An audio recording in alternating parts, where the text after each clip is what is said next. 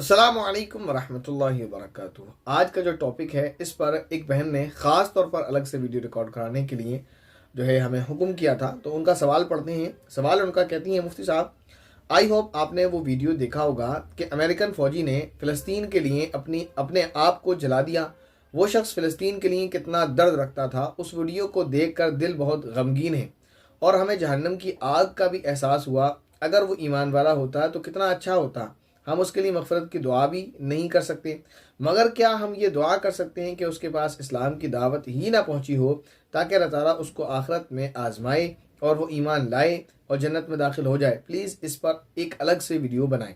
ये दर्द दिल है इनका उस भाई के लिए जो अमेरिकन, यानी आपने वो वीडियो देखा होगा, सोशल मीडिया पर काफ़ी वायरल हुआ, फ़ोटोज़ देखी होंगी, न्यूज़ पढ़ी होगी कि एक अमेरिकन फ़ौजी ने ख़ुद को फ़लस्तीन में हो रहे जुल्म के ख़िलाफ़ अपना एहतजाज दर्ज कराने के लिए ज़िंदा जला दिया। उसने ये काम किया है और ये सोशल मीडिया पर काफ़ी वायरल हुआ। तो जिन लोगों तक ये बात पहुंची उनमें से कुछ लोग ऐसे थे जो इस पर श्योर नहीं थे या एक अलग जहनीत रखते हैं, तो उनके इस तरह के तबसरे भी देखने सुनने को मिले कि नहीं भी बिल्कुल झूठी बात है, ऐसा कुछ नहीं हुआ है, कि ये बस मुसलमानों का जहन इस तरफ से मोड़ा जा रहा है, वरना क्यों एक अमेरिकी फ़ौजी मुसलमानों के लिए ऐसा करेगा।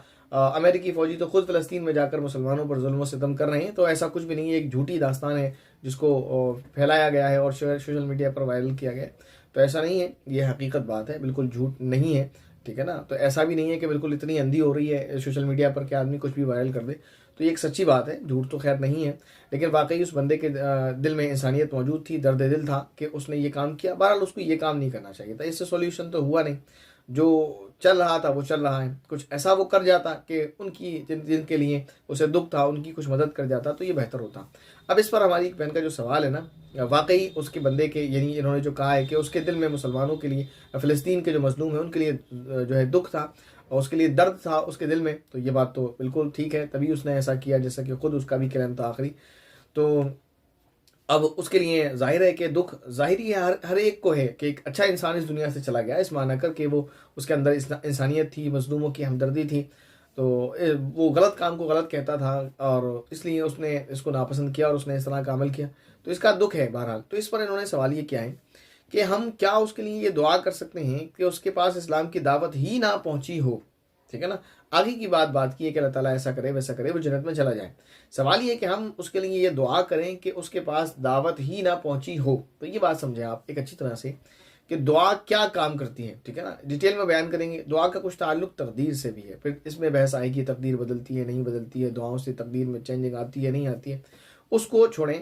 आप इतनी बात समझें कि वहाँ, यानी जो भी है हम दुआ करते हैं तो दुआ का फ़ायदा ये होता है कि हमारे फ्यूचर में वो चीज़ें हमें जो अल्लाह ताला के हुक्म से मिलनी होती हैं वो मिल जाती हैं। बहरहाल ये कि एक अलग बहस है कि अगर हम दुआ करते हैं तो फ्यूचर हमारा चेंज होता है या नहीं, तकदीर हमारी बदलती है नहीं, वो एक अलग बहस है, उसमें नहीं पढ़ते।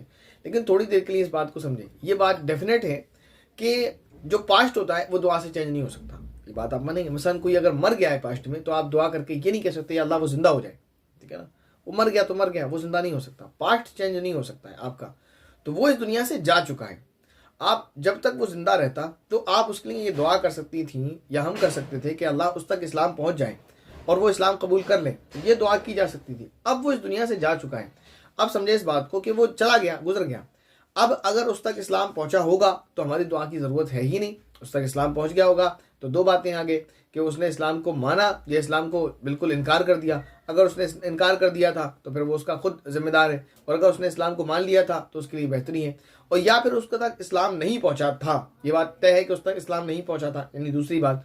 तो अगर यही बात है कि उस तक इस्लाम नहीं पहुंचा था तो फिर अल्लाह ताला अपनी रहमत की तरफ से मामला फरमाएंगे और उसकी बख्शिश हो जाएगी, ठीक है ना।